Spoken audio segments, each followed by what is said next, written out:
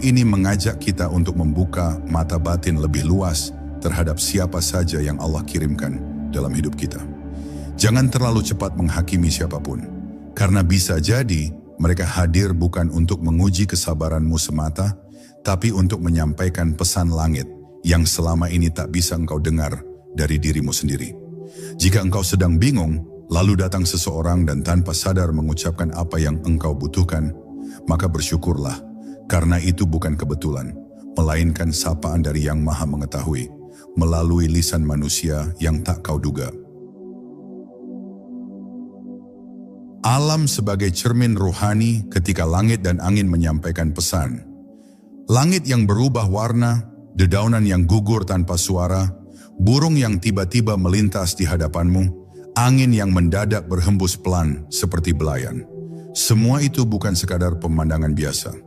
Dalam pandangan para pencari kebenaran, alam adalah kitab terbuka, isinya tak tertulis dalam aksara, namun dibaca oleh hati yang tercerahkan.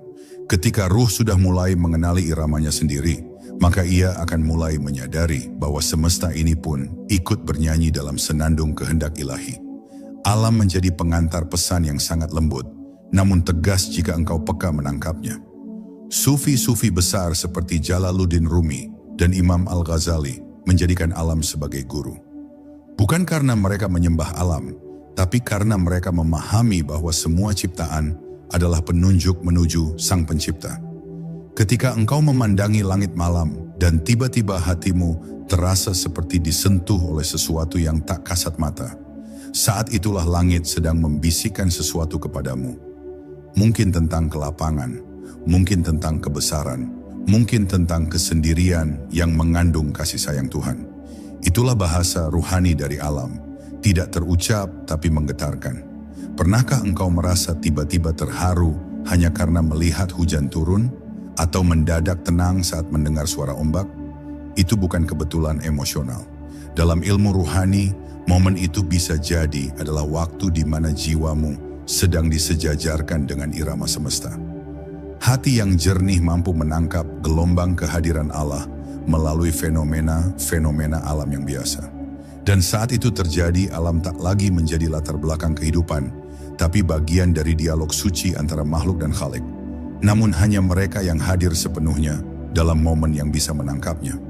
Orang yang terlalu sibuk mengejar waktu tak akan sempat melihat burung yang terbang melingkar 2 kali sebelum menghilang. Ia tak akan sempat menyadari bahwa angin yang menyapa kulitnya pagi ini terasa berbeda. Ia kehilangan tanda-tanda itu bukan karena Tuhan tidak berbicara, tetapi karena ia menutup telinga jiwanya dengan kebisingan dunia.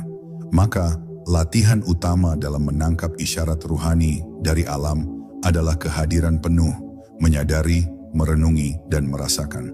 Ada pula saat-saat di mana alam seolah ikut bersedih bersamamu.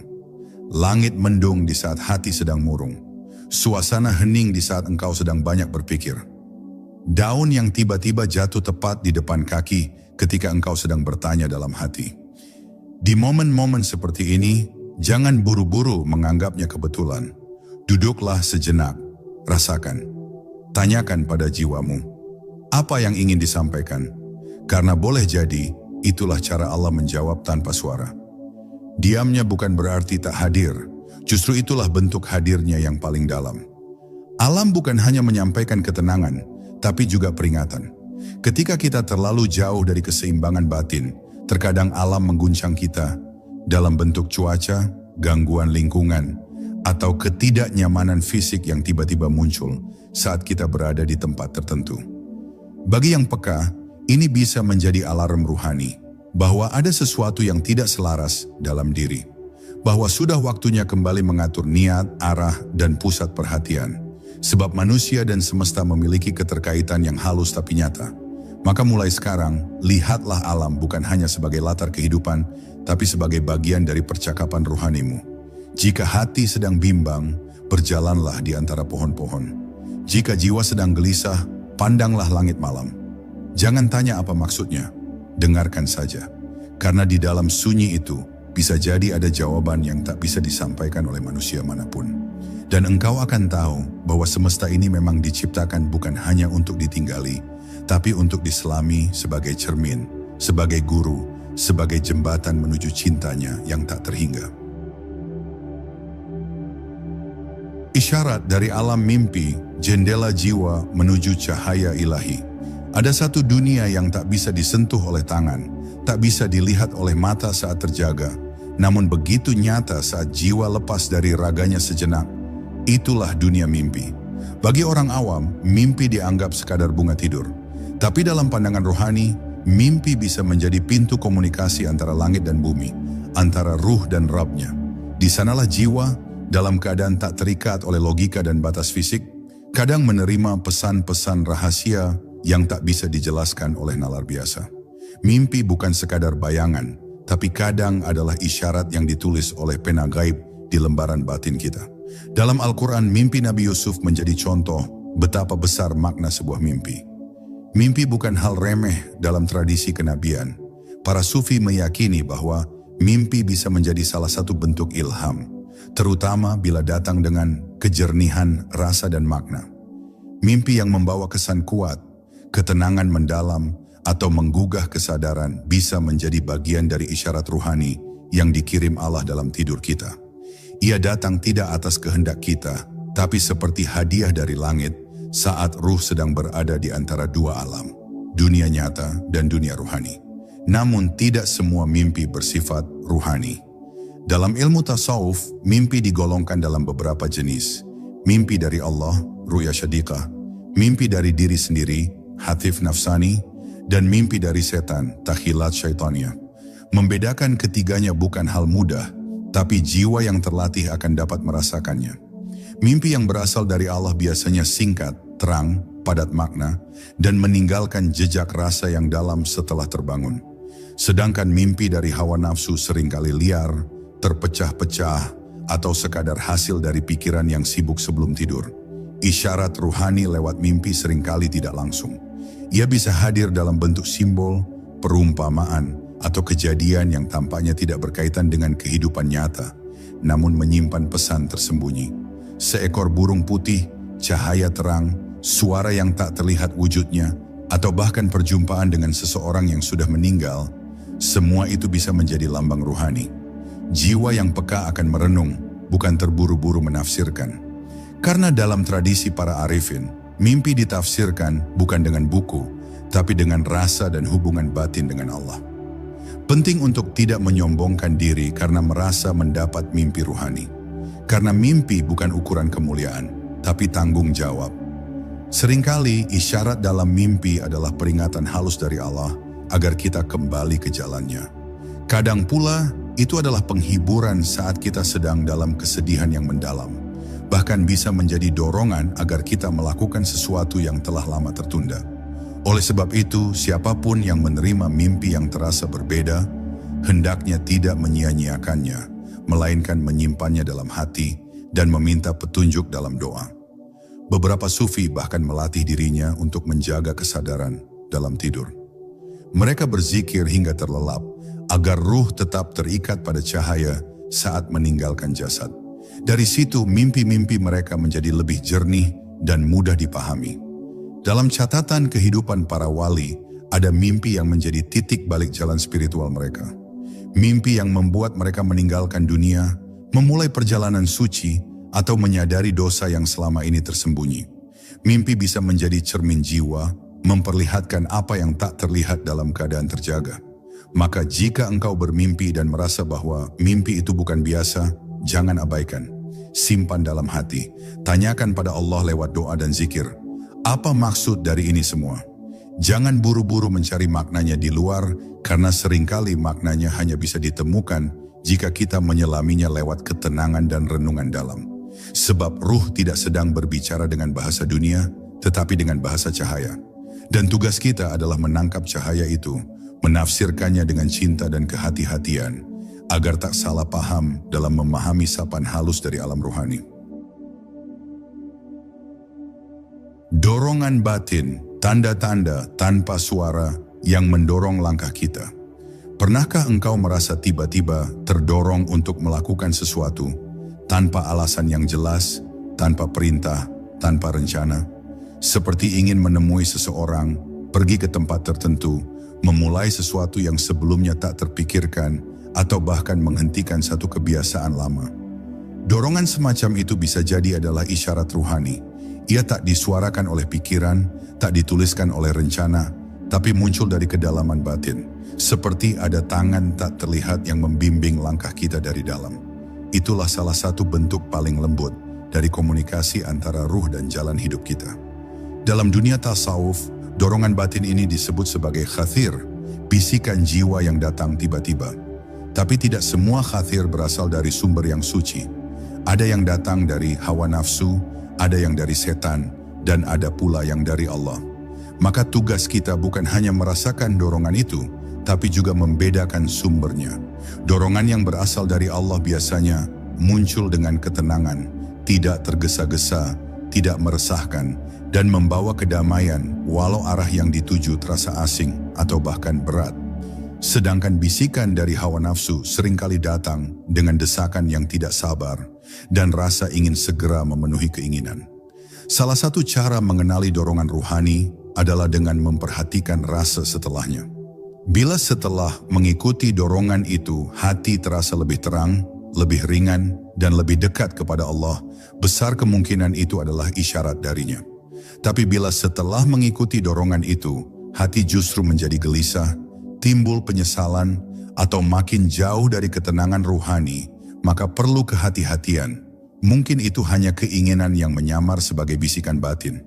Karena setan pun cerdik, ia tak selalu menggoda dengan hal buruk secara terang-terangan, kadang justru membungkusnya dengan kebaikan semu. Para sufi melatih dirinya untuk tidak langsung mengikuti setiap dorongan batin. Mereka menyaringnya dulu dalam zikir dan tafakur. Mereka mendiamkan dorongan itu sejenak dalam keheningan, agar bisa tahu apakah ia bertahan sebagai ilham atau memudar sebagai angan-angan. Dorongan yang berasal dari Allah tak akan hilang meski tak segera dituruti. Ia akan tetap mengetuk, lembut namun pasti. Sedangkan dorongan yang berasal dari ego biasanya cepat memudar jika tidak langsung diikuti. Inilah kearifan yang hanya bisa lahir dari batin yang terbiasa menyelami dirinya sendiri. Dalam kehidupan sehari-hari, isyarat ruhani lewat dorongan batin bisa muncul dalam berbagai bentuk.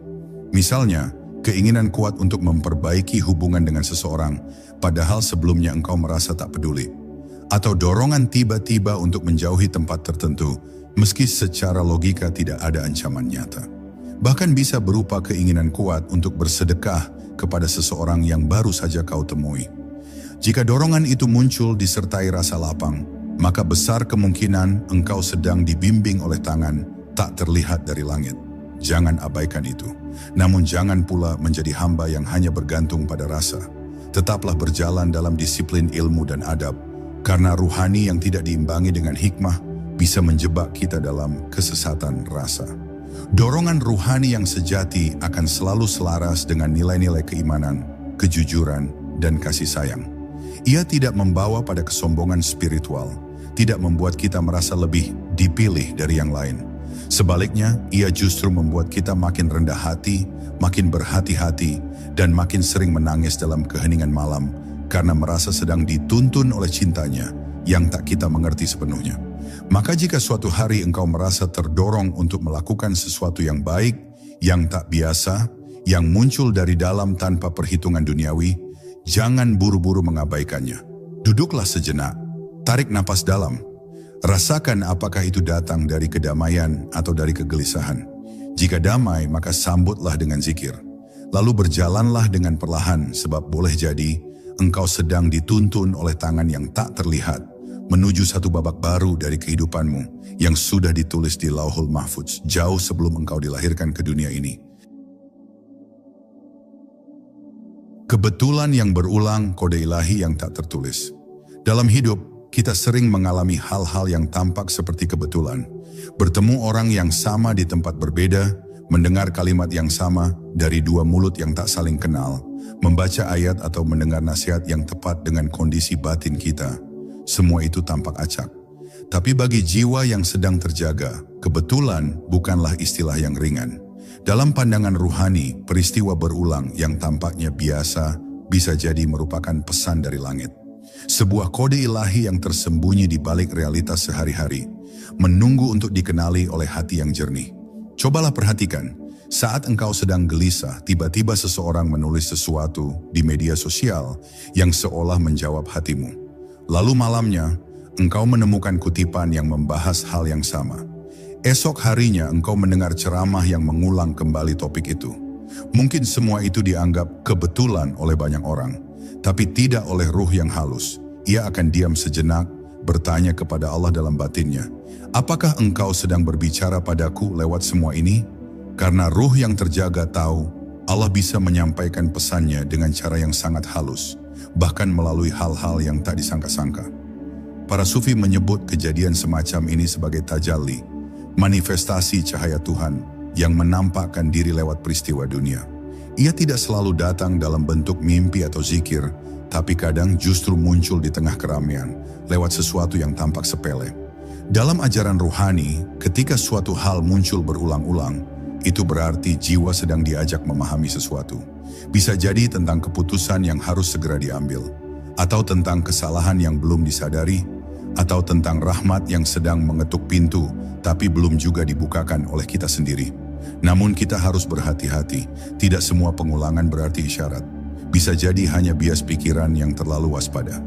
Oleh karena itu, diperlukan keseimbangan antara kepekaan batin dan kejernihan akal. Ruhani bukan sekadar permainan tafsir atas segala kejadian, tapi latihan untuk membaca makna tanpa kehilangan kesadaran. Jika hati terlalu cepat mengklaim semua sebagai tanda, maka ia bisa terjebak dalam ilusi dan ego spiritual. Tapi jika hati terlalu tertutup, maka ia akan buta terhadap sinyal-sinyal cahaya yang sebenarnya sudah mengelilinginya setiap hari.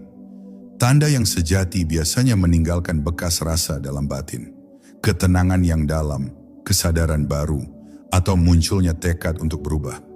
Misalnya, setelah melihat kebetulan yang sama beberapa kali, hati tiba-tiba merasa terdorong untuk memohon ampun atau untuk memulai langkah baru dalam hidup. Inilah salah satu cara Allah membimbing hambanya.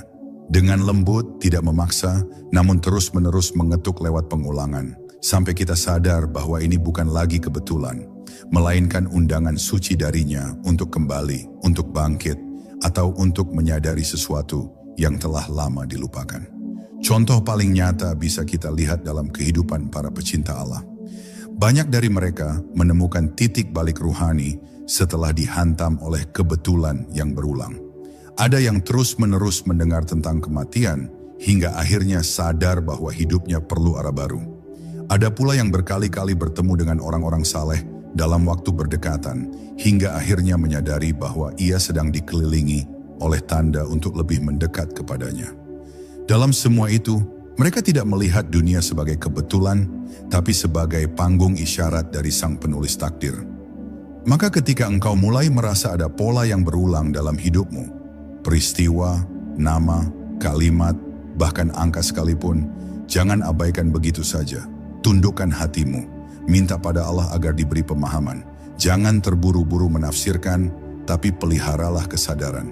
Karena bisa jadi itu adalah cara Allah menuntunmu secara perlahan, agar kau tidak kaget, agar kau tidak merasa dipaksa, melainkan disadarkan secara halus melalui bahasa semesta yang begitu sabar. Dan saat engkau mampu mengenali isyarat itu, hidup tak lagi terasa biasa. Karena setiap detiknya menjadi bagian dari percakapan sunyi antara dirimu dan Tuhanmu. Hampa yang mengundang ketika kekosongan adalah isyarat dari langit. Ada saat dalam hidup di mana semuanya tampak baik-baik saja dari luar, kesehatan baik, keluarga utuh, pekerjaan lancar, hubungan sosial berjalan normal. Namun di dalam dada terasa seperti ada ruang kosong yang tidak bisa dijelaskan.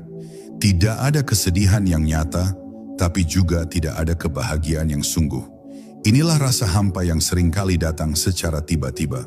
Dan bagi sebagian orang, itu dianggap sebagai kegelisahan tanpa alasan. Tapi bagi jiwa yang sudah mulai terbangun, kekosongan batin bukanlah gangguan, ia adalah isyarat. Sebuah panggilan halus dari langit untuk pulang, untuk kembali mengisi ruang yang selama ini hanya diisi oleh dunia.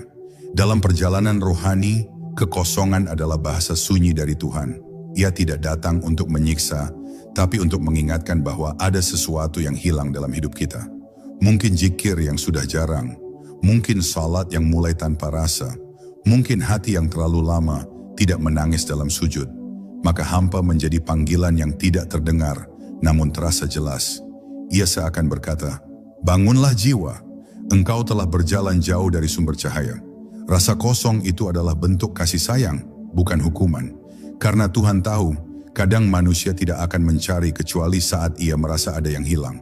Para sufi sering menyebut hampa sebagai waktul fara, waktu kekosongan batin, yang jika disadari dan ditanggapi dengan benar, bisa menjadi awal kebangkitan ruhani. Justru di saat itulah, banyak jiwa mulai berjalan di jalan makrifat. Mereka yang tadinya sibuk dengan gemerlap dunia, tiba-tiba merasa semua itu hambar. Mereka yang dulunya mencari kesenangan di luar, mulai merasa bahwa dunia tak lagi bisa mengisi kekosongan dalam diri. Di titik inilah, jalan kembali kepada Allah terbuka. Karena tak ada yang bisa mengisi kekosongan ruh, kecuali dengan cahaya dari sumbernya. Namun banyak yang salah mengerti. Saat rasa kosong itu datang, mereka buru-buru mengisinya dengan hiburan, distraksi, kesibukan, atau pelarian emosional. Mereka lari ke dunia, padahal dunia itulah yang membuat mereka hampa. Mereka mencari ramai, padahal hati mereka sedang butuh sunyi. Maka kekosongan itu tak pernah selesai, justru makin dalam. Disinilah pentingnya kesadaran rohani, bahwa saat rasa hampa datang, jangan buru-buru mengisinya dengan apapun. Duduklah bersama kekosongan itu, dengarkan, rasakan.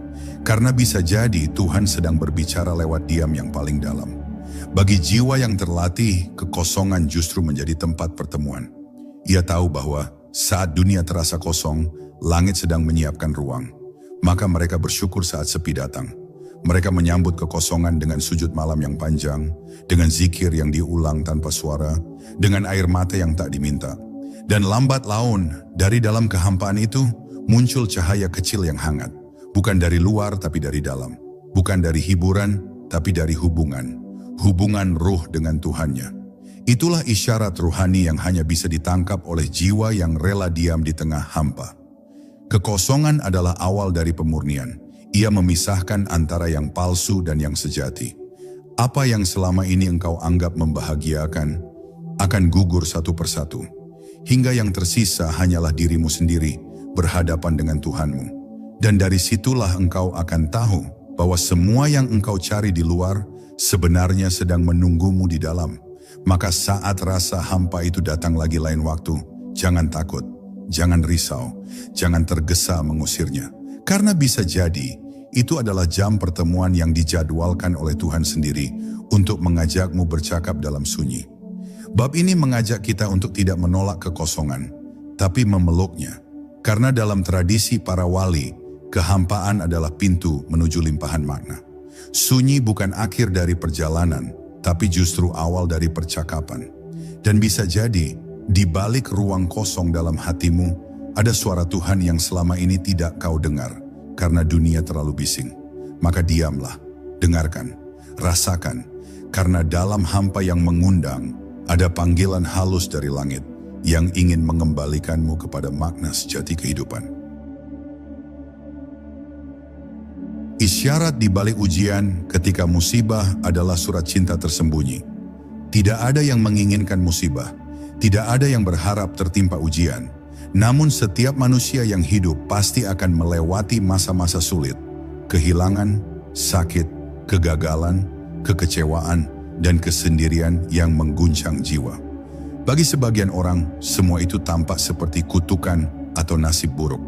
Tapi bagi mereka yang sudah mulai menapaki jalan ruhani, musibah bukan akhir. Ia adalah isyarat, pesan yang dibungkus dalam kepedihan. Di balik luka yang terasa menyayat, terkadang tersembunyi surat cinta dari Allah yang sedang menata ulang arah hidup kita. Setiap guncangan dalam hidup membawa potensi perubahan. Dan perubahan sejati jarang sekali datang melalui kenyamanan. Justru saat kita dihancurkan oleh keadaan, hati kita menjadi lebih lunak, lebih jujur, lebih terbuka. Musibah seperti tangan tak terlihat yang mencengkeram keras pundak kita agar berhenti, lalu berkata, "Lihat ke atas, bukan ke dunia yang terus membuatmu letih." Ketika segalanya berjalan baik, kita cenderung lupa. Tapi ketika diuji, kita mulai bertanya, kita mulai menangis, kita mulai mencari. Dan disitulah ruh kita menemukan jalan pulang. Para wali Allah tidak memandang musibah sebagai murka, tetapi sebagai perintah lembut untuk kembali fokus kepada Yang Maha Kuasa. Karena mereka tahu tidak mungkin Allah mencederai hambanya tanpa maksud. Bahkan tangisan di malam yang sunyi setelah kehilangan pun bukan sia-sia. Itu adalah cara Allah membasuh hati yang selama ini terlalu kering oleh dunia. Musibah menjadikan kita rentan, dan di balik kerentanan itu, ada pintu rahmat yang jarang terbuka di saat kita sedang kuat. Maka jangan buru-buru menolak ujian. Kadang ia membawa berkah yang belum kita pahami sekarang.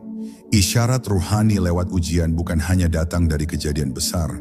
Kadang ia berupa kesulitan-kesulitan kecil yang terus berulang. Kegagalan yang tak kunjung berhasil, orang-orang yang menjauh, rezeki yang macet, atau bahkan tubuh yang mendadak sering sakit. Semua itu bisa menjadi pertanda bahwa ada arah hidup yang perlu dikaji ulang. Ruhmu sedang berusaha bicara bahwa ada sesuatu dalam langkahmu yang perlu diperbaiki. Ujian bukan hanya bentuk hukuman, tapi seringkali adalah panggilan. Dan orang yang bijak bukan yang menolaknya, tapi yang duduk bersamanya, mendengarkan maksud di balik perihnya. Seringkali, justru dalam musibah kita menemukan sisi terdalam dari diri sendiri.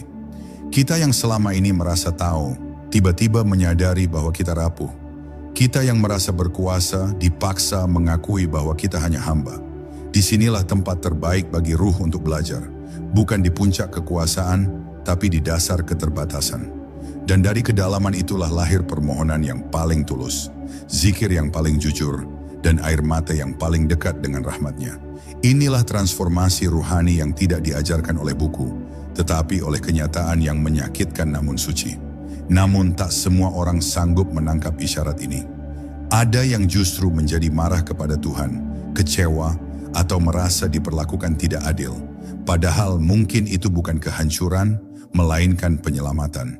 Mungkin itu bukan akhir tapi awal. Maka penting bagi kita untuk memelihara adab dalam ujian. Bukan menolak rasa sedih, tapi mengizinkan sedih itu menjadi jalan menuju perenungan yang dalam. Bukan menutup mata dari kenyataan pahit, tapi menjadikannya jendela untuk melihat kehidupan dengan cara yang lebih hakiki. Karena seringkali justru dari reruntuhan itulah pondasi keimanan kita dibangun ulang, lebih kuat, lebih murni, dan lebih dalam. Bab ini mengajarkan kita bahwa isyarat dari langit tidak selalu datang dalam bentuk keindahan dan ketenangan. Kadang ia datang sebagai badai, sebagai gelap, sebagai keruntuhan.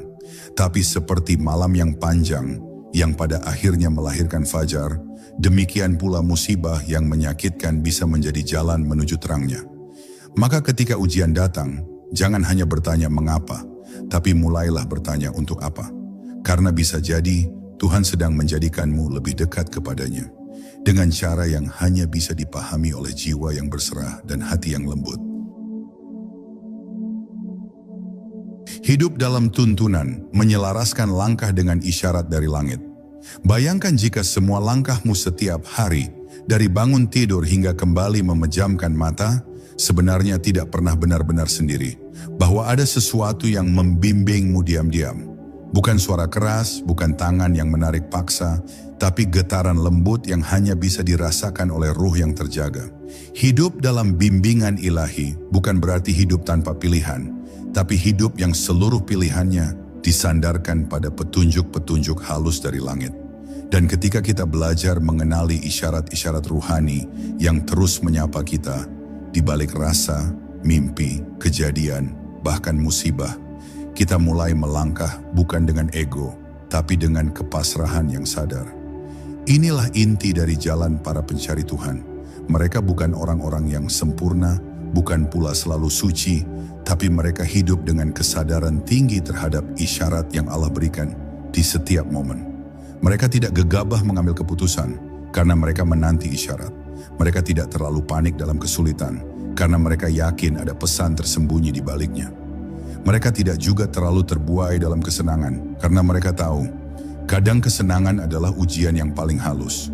Mereka hidup dalam diam yang penuh makna dalam tenang yang penuh arah. Tingkat paling tinggi dari hidup dalam isyarat adalah saat seseorang tidak lagi menunggu kejadian luar biasa untuk menyadari kehadiran Allah. Ia membaca isyarat dalam hal-hal yang biasa. Ketika sendalnya hilang di masjid, ketika air hujan menetes tepat di mukanya, ketika handphone punya tertinggal, atau saat tiba-tiba ada suara azan terdengar lebih keras dari biasanya. Semua itu menjadi pengingat bahwa Allah sedang hadir, sedang berbicara, sedang mengarahkan. Dan hidup seperti ini terasa berbeda, bukan sekadar bertahan, tapi bergerak dalam irama yang selaras dengan kehendak langit. Namun, menyelaraskan diri dengan isyarat ruhani bukan hal instan.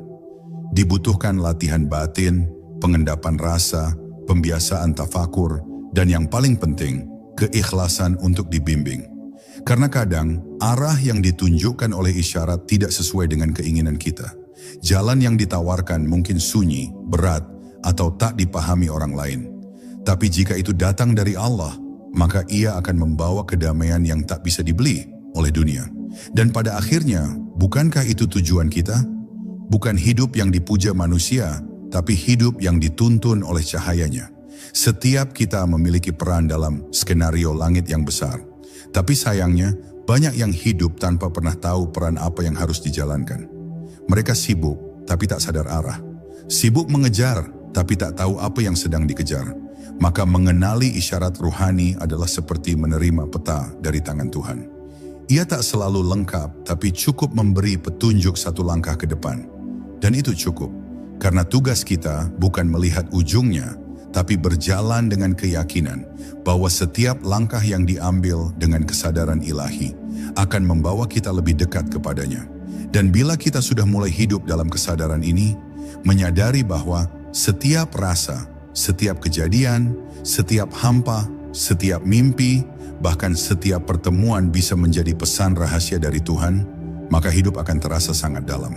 Kita tidak lagi hidup dengan asal. Kita akan lebih sering diam sebelum bertindak. Kita akan lebih sering berdoa dalam hati sebelum memutuskan. Kita akan mulai berkata pada diri sendiri, "Tunggu, mungkin ini bukan sekadar kejadian biasa. Mungkin ini panggilan." Dan saat kesadaran ini tumbuh, maka hidup akan menjadi ibadah panjang yang tak henti-henti. Bahkan saat kita sedang makan, berjalan, atau sekadar duduk sendiri. Ketika Tuhan mulai bicara, apakah kau akan menyimak? Bayangkan satu hal ini baik-baik. Bagaimana jika selama ini, semua kebingungan yang kau alami, semua orang yang kau temui, bahkan luka yang tak kau pahami, adalah bentuk komunikasi dari Tuhan yang tak kau sadari? Bagaimana jika semua rasa aneh, dorongan tiba-tiba, dan mimpi yang berulang sebenarnya bukan kebetulan, tapi kau terus melupakannya, mengabaikannya, melewatinya begitu saja? Apa jadinya jika suatu hari nanti semua isyarat itu berhenti? Bagaimana jika langit tak lagi menyapa karena engkau tak pernah meresponsnya? Bagaimana jika keheningan yang engkau rasakan nanti bukan lagi sunyi yang mengundang, tapi sunyi yang ditinggalkan? Maka sebelum segalanya terlambat, sebelum rohmu menjadi terlalu pekat untuk menangkap cahaya, belajarlah membaca isyarat itu hari ini juga. Bukan dengan nalar, tapi dengan jiwa. Bukan dengan terburu-buru, tapi dengan duduk dan diam. Karena bisa jadi Allah sedang berbicara padamu, bukan lewat suara, tapi lewat hidupmu sendiri. Dan pertanyaannya sekarang, sudahkah kau menyimak atau masih sibuk dengan dunia yang terus membutakanmu?